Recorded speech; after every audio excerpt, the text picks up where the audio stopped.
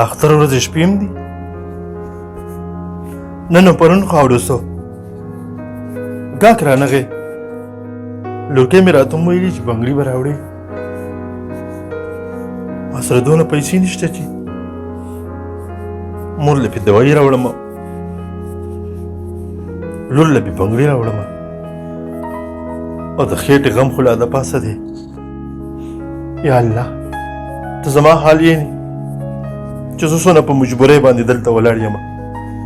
سوال نشم کوي خپل غیرت راته ودرېږي خو دغه محنت کوم یا الله ته په ما باندې رحم وکړې یا الله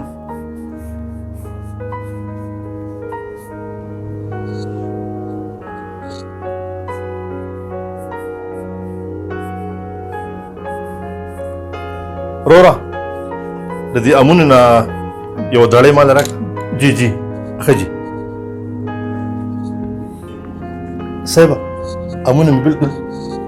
فیور مال راوړی او ډېر سپیشل دي ډېر خواږي دي صاحبه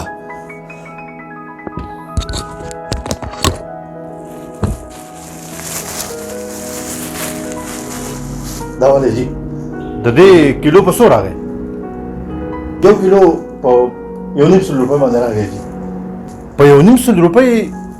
د دې امونو کیلو ولې دا څه هارې ناپروسان دی که نه جي یو خو دا ډېر خواږي دي نه نه نه نه دومره ګران زه نشم هغسې هم په ریړۍ کې مال خرڅوي او هم په 1.5 روپۍ کیلو تاسو له به زه نور هم ارزان درکړم خیر دی که په 100 روپۍ باندې کیلو کېږي خو رایکه او که نه کېږي نو پرېږدوئ بیا بس پخپله ما ته په 140 باندې پرېوتي صرف 10 روپۍ په کیلو کې ګټم هو په 140 خو به تا اخېستې ما خو نه دي اخېستې ما له خو په کار دي امونه دغه یو دړی او که ارزان یې راکې رایکه ګینه دونه پیسې نشم درکولی تاسو غریبانان هم چې بازار ته راوځئ جو بیا په ځان نه پوهېږئ د 10 روپو څیز په 20 روپۍ خرڅوئ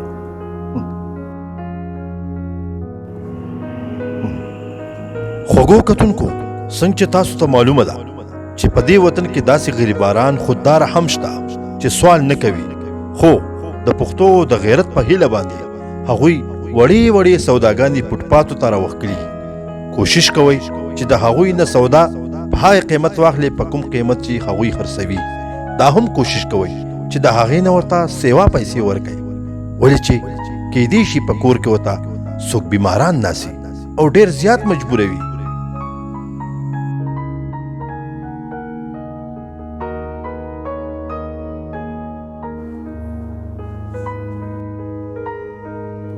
بیا لکه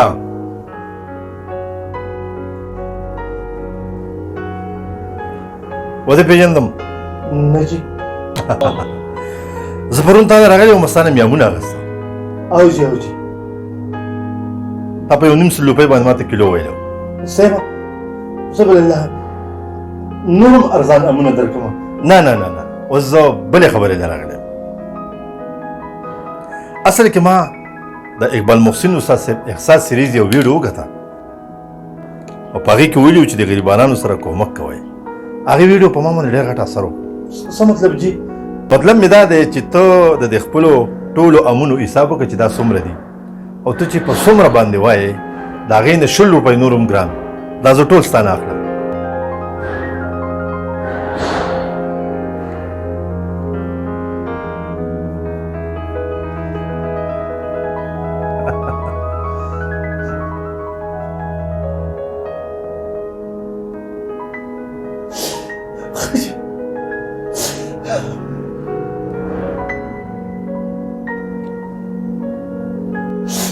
یا الله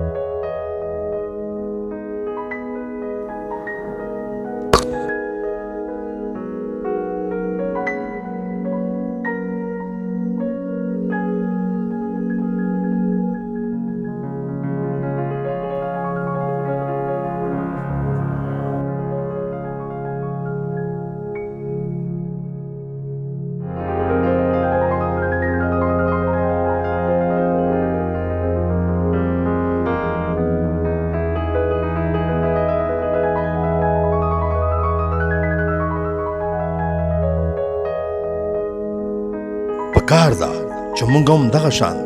د دغه بېوسه لاچارو او د غریبانو سره کومک وکړو د الله جل جلاله د رضا دپاره د امن په نوم د خوشحالۍ په نوم او د یو بل سره د غم درد شریکولو په نوم